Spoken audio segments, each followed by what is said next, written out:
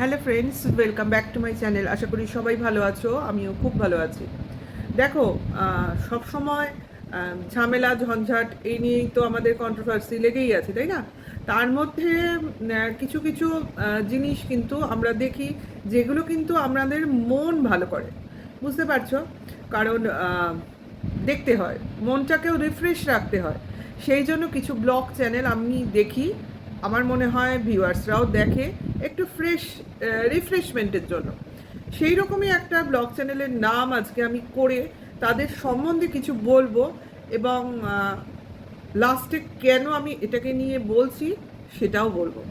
হ্যাঁ, যে চ্যানেলটাকে নিয়ে আমি আজকে কথা বলবো সেটা হচ্ছে এ সিম্পল লাইফস্টাইল রিয়াঙ্কা। এর আগেও আমি ওকে নিয়ে একটা ভিডিও করেছিলাম ম্যান্ডির সঙ্গে তুলনা করে। ম্যান্ডির বেস্ট ফ্রেন্ড এই হিসেবে তোমরা অনেকেই চেনো। তাছাড়াও ওর নিজস্ব পরিচিতি তো অবশ্যই আছে, এবং চ্যানেলটা গ্রো করেছে এবং আস্তে আস্তে ও নিজেকে গড়ে তুলেছে। ও বলবো না, ওরা বলবো।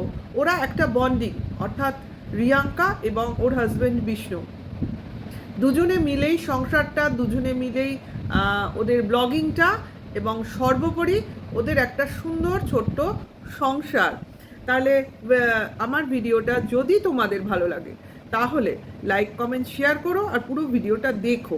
কারণ আমি বলবো, এই এত ঝামেলা ঝঞ্ঝাটের মধ্যে কোনো একটা ফ্যামিলি এখনও অন্তত আছে যারা জীবনের আনন্দ সুখ ছোট ছোট জিনিসে খুঁজে পায়, যেটা কিনা আমরা রিয়েলাইজ করতে ভুলেই গেছি।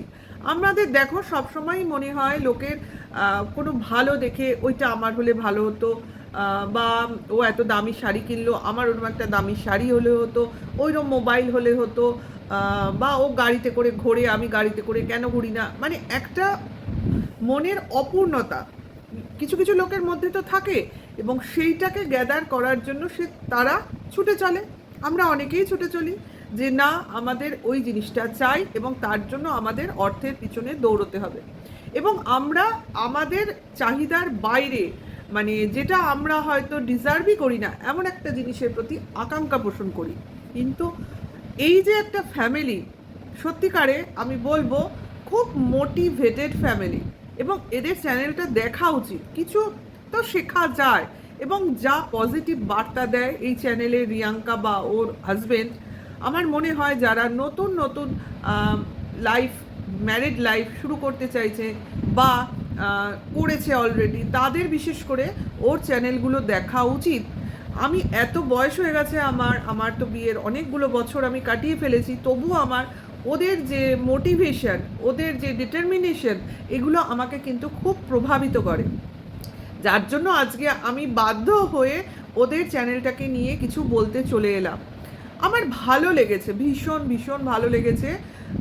সত্যি করে বলতে গেলে একটা গ্রামের সিম্পল লাইফস্টাইলে কীভাবে সুন্দরভাবে সাজিয়ে গুছিয়ে মনকে খুশিতে রেখে থাকা যায়, সেটা ওর কাছ থেকে শিখতে হয়।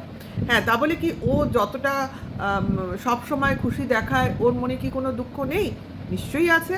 সেগুলোও আমাদের অনেক সময় অনেকভাবেও বলেছে, কিন্তু ওই যে মুখে ওই যে মিষ্টি হাসি সব সময়ই লেগে রয়েছে, ওইটাই আমাদের মনকে না অত দুঃখের মাঝে, ওই দুঃখের কথাগুলোর মাঝেও মনে একটা শান্তি এনে দেয়। বেসিক্যালি সত্যিকারের এত মোটিভেটেড চ্যানেল, এত এনার্জেটিক চ্যানেল দেখলে মনে হয় গ্রামের পরিবেশে একটা পুরো প্রশান্তির একটা ছবি।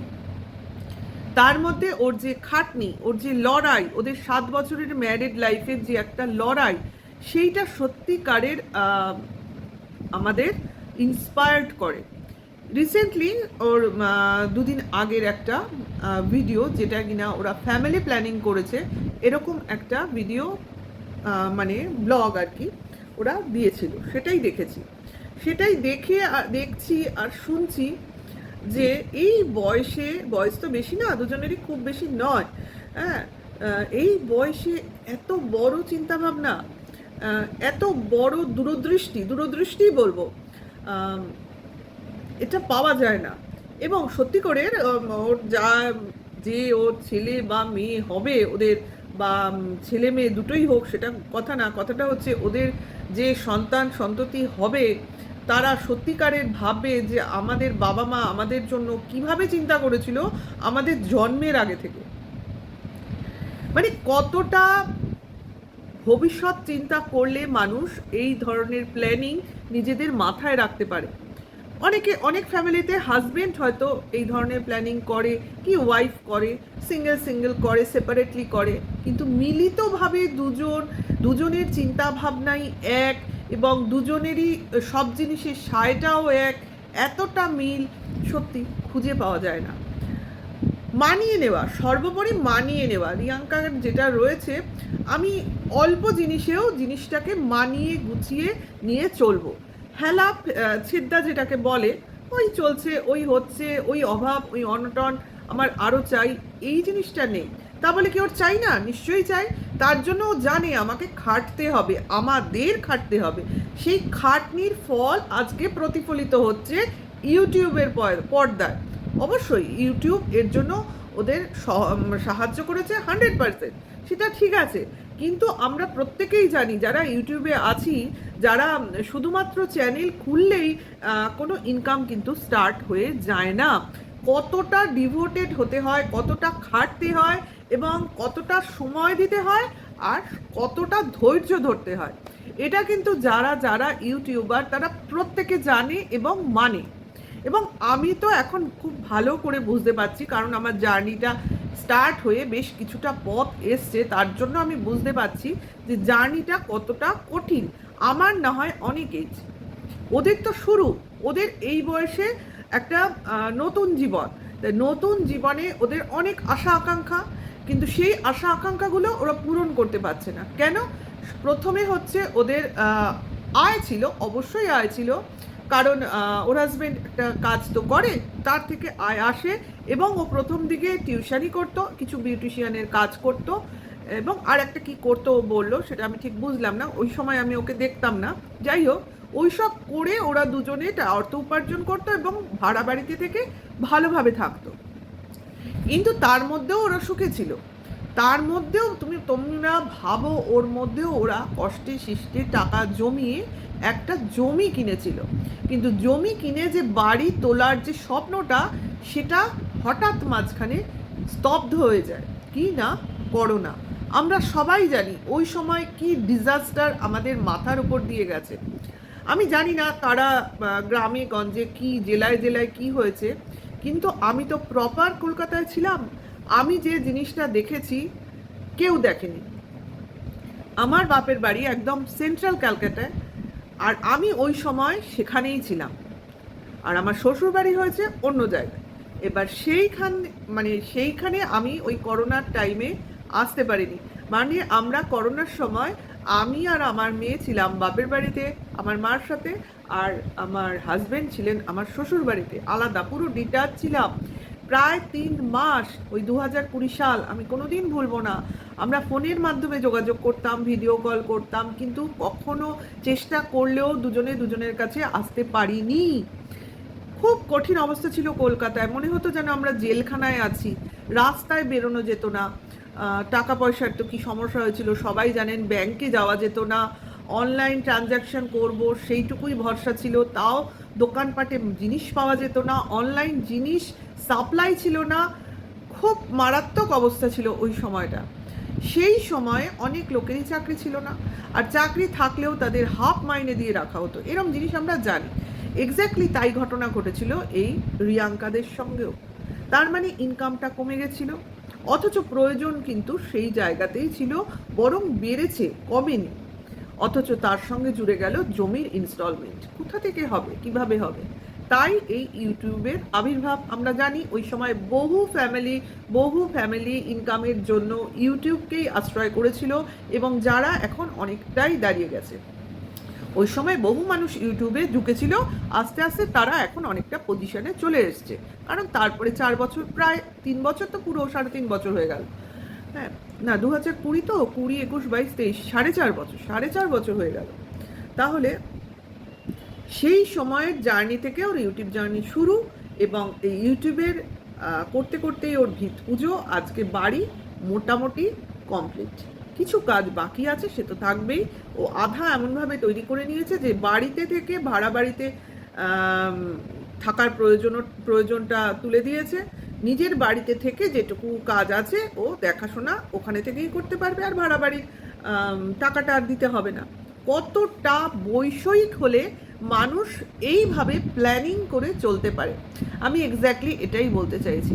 দুজনে সেই যে ও যখন বলছে যে 500 টাকা ইনকামে ও কিভাবে চলেছে, মানে উদাহরণ দিয়ে বলছে 20-30 টাকার মাছের বেশি খায়নি। তাহলে ভাবো একটা বউয়ের কত রকম ইচ্ছা অনিচ্ছা আবদার এসব থাকে তার হাজবেন্ডের কাছে, কিন্তু ও বুঝেছে ওই সময় এইভাবে সংসারটা আমাদের দুজনের, কাজে ইচ্ছা অনিচ্ছাটাও আমাদের দুজনের, সুবিধা অসুবিধাও আমাদের দুজনের, কাজে দুজনকেই আমাদের জিনিসটাকে ভাগ করে নিতে হবে এবং সমস্যাগুলোও আমাদের দুজনের। কোনো রকম ছিল না, দোষারোপ ছিল না স্বামীর প্রতি, সেটা বোঝাই যায়, প্রতিফলিত হয়। এবং ওর পরিপাটি ঘর গোছানো এগুলো দেখলেই বোঝা যায় অসম্ভব, ঘরোয়া ভাষায় বলি গুছানি, আমরা ওরকমই বলি। ঘর যে সুন্দর গুছিয়ে রাখে, সংসার যে সুন্দর চালায়, ঘর গোছানি এরকম বলে না, সেই রকম মনে হয়। লক্ষ্মী, একদম লক্ষ্মী মন্ত যাকে বলা হয়। তাহলে সেই সময় ওরা ভেবেছিল যে আগে আমরা একটা পজিশানে আসি, একটা মোটামুটি বাড়ি তৈরি করি যেখানে কিনা আমাদের ভবিষ্যৎ সন্তান সুন্দরভাবে বেড়ে উঠতে পারবে এবং তার পরিচর্যা, যথাযোগ্য পরিচর্যা, যে কথায় কথায় বলছিল না এই ডাক্তারখানায় দেখাতে হবে, এটা কিন্তু ফ্যাক্ট। লোকে বলতে পারে যে বাচ্চা এখনো হলো না, ডাক্তারের কথা আসছে কেন, এটা কিন্তু যারা আগে ভেবে নেয় তারা বেশি বুদ্ধিমান। কারণ আমরা জানি একটা বাচ্চার প্ল্যানিং শুরু হওয়ার সঙ্গে সঙ্গে মেডিকেল ব্যাপারটা চলে আসে, কারণ মাস দেখানো থেকে শুরু হয় মেডিকেল ব্যাপারটা, মেডিকেল টেস্ট অমুক তমুক, একটা পরিচর্যার মধ্যে থাকতে হয়। কারণ একটা সুস্থ পরিবার পেতে গেলে আমাদের সুস্থ থাকতে হবে, সেই জন্য এই মেডিকেল, এবং সেই মেডিকেলটা তো বিনা পয়সায় আসবে না, যদিও কিছু সরকারি সাহায্য পাওয়া যায়, তবু একটা নিজের যদি জোর থাকে পকেটের, তাহলে কিন্তু আমার মনে অনেক শান্তি থাকে, মাথায় হেডেক থাকে না। এক্স্যাক্টলি এই যে চিন্তাটা, এটাকেই আমি ক্ল্যাপিংয়ের কথা বলেছি। এই যে ভাবনাটা, এটাই একটা সুস্থ পরিবার গড়ে তোলে, এবং এই চিন্তা ভাবনাটা যদি প্রতিটা পরিবারের মধ্যে ছড়িয়ে দেওয়া যায় তাহলে প্রতিটা পরিবারই কিন্তু সুস্থভাবে গড়ে উঠবে। এই আমি বিয়ে হলো, এই আমার পয়সা নেই অথচ আমার 3-4টে বাচ্চা হয়ে গেল, তাহলে কিন্তু আমার অভাবটাই চেপে বসলো, আমার কিন্তু তখন আর প্ল্যানিং, ভবিষ্যৎ, আশা আকাঙ্ক্ষা, আহ্লাদ এগুলো কিন্তু আর কোনোভাবে জায়গা করতে পারবে না আমার সংসারে। ওরা কিন্তু এত সুন্দরভাবে গুছিয়ে কথা বলছিল, আমি জাস্ট মন্ত্রমুগ্ধের মতো শুনছিলাম, ভাবছিলাম যে এরা কতটা ভালো বাবা মা হয়ে উঠতে পারবে, এবং এর ছেলেমেয়েরাই বা কতটা ভাগ্যবান যে এরকম বাবা মাকে পায়। যাই হোক, ওদের ভবিষ্যতের জন্য অবশ্যই আমার শুভেচ্ছা রইল, এবং হ্যাঁ, it is the right time, একদম সঠিক কথা। এবং এখনই মানুষ, কারণ এর থেকে আবার বয়সটা বেড়ে গেলে আবার মানুষ করতে করতে ছেলে মেয়ে বড় হতে হতে আবার এজটা বেশি হয়ে যাবে, এটাই ঠিক টাইম। রিয়াঙ্কা খাটাখাটনির মতো শক্তি রয়েছে অসম্ভব, ছেলে মেয়ের পেছনে দৌড়াদৌড়িটা কিন্তু অনেকটাই দরকার, সেই জন্যও নিজেকে সুস্থ থাকাও প্রয়োজন। বেশি বয়স হয়ে গেলেও সেটা কিন্তু আবার অনেকটা রিস্কি হয়ে যায়। হ্যাঁ, একদম ঠিক, ওদের টাইমিং ঠিক এবং ওদের ভাগ্য সঠিক ওদের রাস্তা দেখিয়েছে, এবং বেস্ট অফ লাক জানিয়ে ভিডিওটা আমি এইটুকুই রাখছি। সবাই পারলে অবশ্যই ওদের দেখো, এবং আমার ভিডিওটা ভালো লাগলে লাইক কমেন্ট শেয়ার করো, আর পরের ভিডিও ওয়েট করো। এখনকার জন্য টাটা, বাই।